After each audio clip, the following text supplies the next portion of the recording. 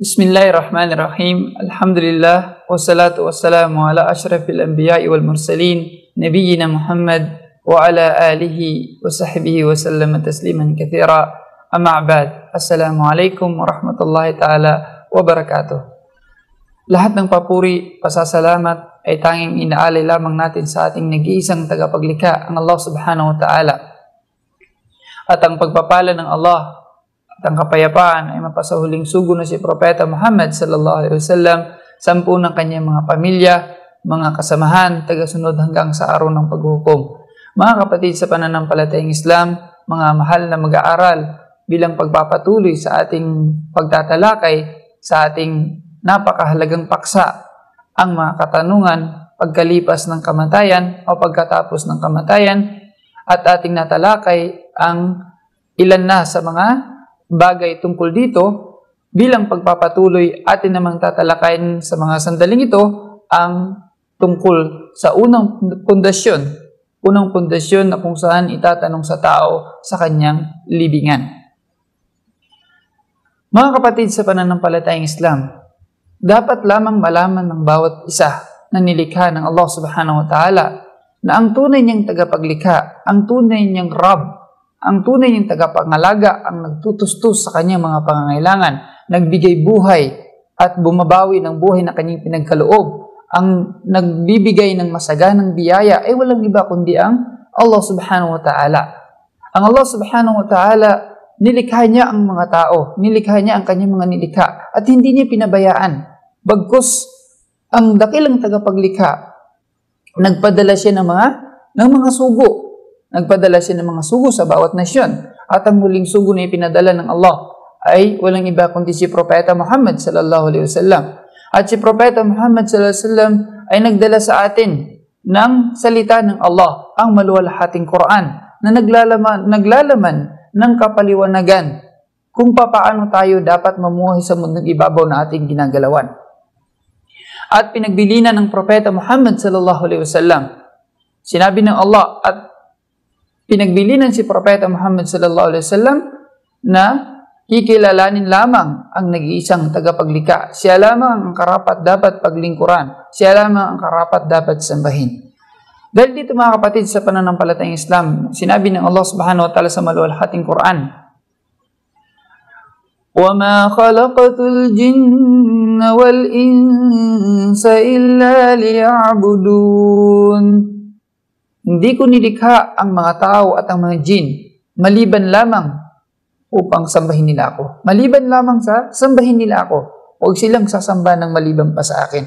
Ako ang lumikha sa kanila, nagbibigay ng buhay sa kanila, nagtutustos ng kanilang mga pangailangan, na kung kaya ako lamang ang karapat dapat nilang sambahin. Sinabi pa ng Allah subhanahu wa ta'ala sa isa pang aya, وَلَقَدْ بَعَثْنَا فِي كُلِّ أُمَّةٍ رَسُولًا أَنِ اعْبُدُوا اللَّهَ وَاجْتَنِبُوا الطَّاغُوتَ. At katotohanan, nagpadala kami sa bawat nasyon ng isang sugo sa bawat nasyon. At ang kanilang misyon, ang mga sugong ito, ay upang iparating ang mensahe na kung saan ang Allah lamang ang karapat dapat sambahin at wala ng iba pa. At huwag silang sasamba ng maliban pa sa Allah, ang mga tinatawag na tawagut na inshallah ta'ala tatalakayin natin sa mga susunod. So ito yung misyon ng mga sugo. Ito yung kanilang mga mensahe na dala-dala. Lahat ng mga sugo kay Propeta Muhammad sallallahu alaihi wasallam, ang kanilang mensahe ay ang sambahin lamang ang nag-iisang tagapaglikha. Walang iba kundi ang Allah subhanahu wa ta'ala. At iwasan ang pagsamba sa mga tawagut, yung mga sinasamba na maliban pa sa Allah, yung mga Diyos-Diyusan nila pinaglalaanan ng pagsamba na walang karapatan. Hindi sila ang lumikha, wala silang kakayahan. Ang Allah subhanahu wa ta'ala lamang ang siyang lumikha sa atin, siyang nagtutustos ng ating mga pangangailangan, na kung kaya siya lamang ang karapat dapat na sambahin.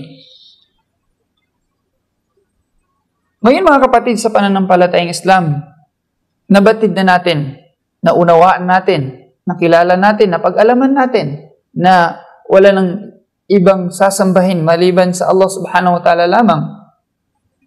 Dahil dito, anuman na pagsamba na inilalaan ng maliban pa sa Allah subhanahu wa ta'ala, hindi tatanggapin ng Allah. Tandaan po natin yan, na anumang pagsamba na gagawin ng alipin na inaalay niya sa maliban pa sa Allah subhanahu wa ta'ala, hindi tatanggapin ng Allah subhanahu wa ta'ala. At isang napakalaking kasalanan na ginagawa ito ng kanyang alipin. Sinabi ng Allah subhanahu wa ta'ala, sinabi niya sa maluwalhating Quran, Inna Allah la yaghfiru an yushraka bihi wa yaghfiru ma duna dhalika liman yasha. Katotohanan, hindi pinapatawad ng Allah ang sinumang nagtatambal sa Kanya. Nagtatambal sa pagsamba sa Allah subhanahu wa ta'ala. Meron pang kinikilala na maliban sa nag-iisang tagapaglikha. So, hindi patatawarin ng Allah ang sinumang nagbibigay ng katambal sa Kanya. Subalit, maliban pa sa shirk o itong pagsamba ng maliban pa sa Allah, maaari pang patawarin ng Allah. Ngunit ang namatay sa shirk o namatay sa pagsamba ng maliban pa sa Allah at hindi sila nagbalik loob sa Allah subhanahu wa ta'ala, wala na silang pag-asa sa kabilang buhay. Matapos na may parating sa kanila ang tunay na mensahe, ang katotohanan, at sila ay nagpatuloy sa pagsamba ng maliban pa sa Allah, hindi na sila patatawarin ng Allah subhanahu wa ta'ala pag inabutan sila ng kamatayan na hindi sila nagbalik loob. Sinabi pa ng Allah, bilang pagpapatunay na dapat siya lamang ang paglaanan ng pagsamba, sinabi niya pa sa isang aya sa surah Jin, وَأَنَّ الْمَسَاجِدَ لِلَّهِ فَلَا تَدْعُوا مَعَ اللَّهِ أَحَدًا. At ang mga masjid, ang mga lugar ng dasalan, ay para lamang sa Allah subhanahu wa ta'ala, na kung kaya huwag tumawag ng maliban pa sa Allah subhanahu wa ta'ala. Huwag tumawag, kumilala ng maliban pa sa ating tunay na tagapaglikha.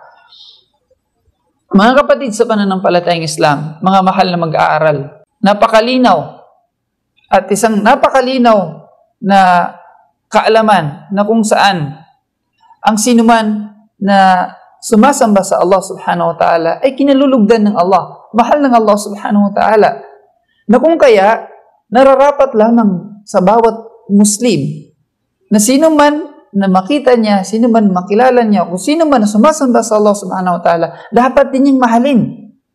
Dapat din niyang mahalin sapagkat mahal ng Allah subhanahu wa ta'ala. At kung sino man ang kinasusuklaman ng Allah subhanahu wa ta'ala, ay kasusuklaman din niya, kapupuutan din niya.